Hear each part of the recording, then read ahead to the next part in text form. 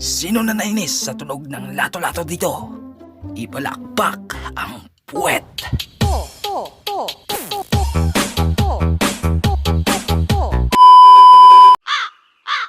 Wala pala akong viewers.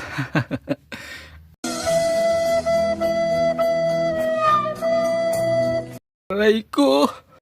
Alam nyo kasi mga men, minsan talaga nakakagigil na yung lato-lato na yan. Pupunta ako ng palengke, may naglalato-lato. Dadaan ako ng school, puro naglalato-lato. Buset na yan, nagmumukha na kayong lato-lato.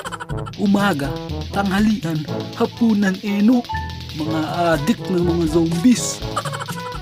Napunta tuloy ako sa point na di ko na talaga kinaya. Di may sinabihan ako. Hoy, itigil mo nga yan. Ang ingay. Gusto mo pakain ko tong tsinilas ko, ha? Ha? Pre, may problema ka ba? Pitikin ko yung itlog mo, gusto mo? Di kuya, ang sarap nga sa tinga. Parang nag-uuntugan dalawa mong betlog. Joke lang guys, ganito talaga nangyari. Hoy, itigil mo nga yan.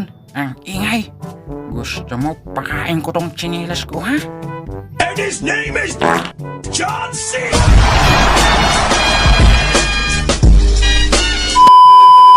Sa sobrang bad trip ko dun sa macho dancer na yun, di natulog na lang ako.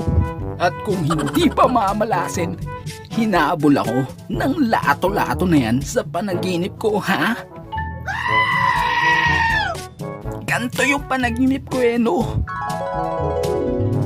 Nagising ako sa mundo ng mga lato-lato.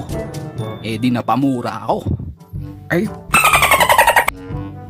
At dahil panaginip ko yun, di ako yung bida-bida.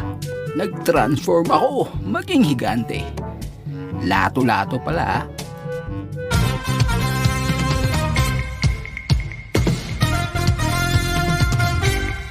tikman mo ang lupit ng aking...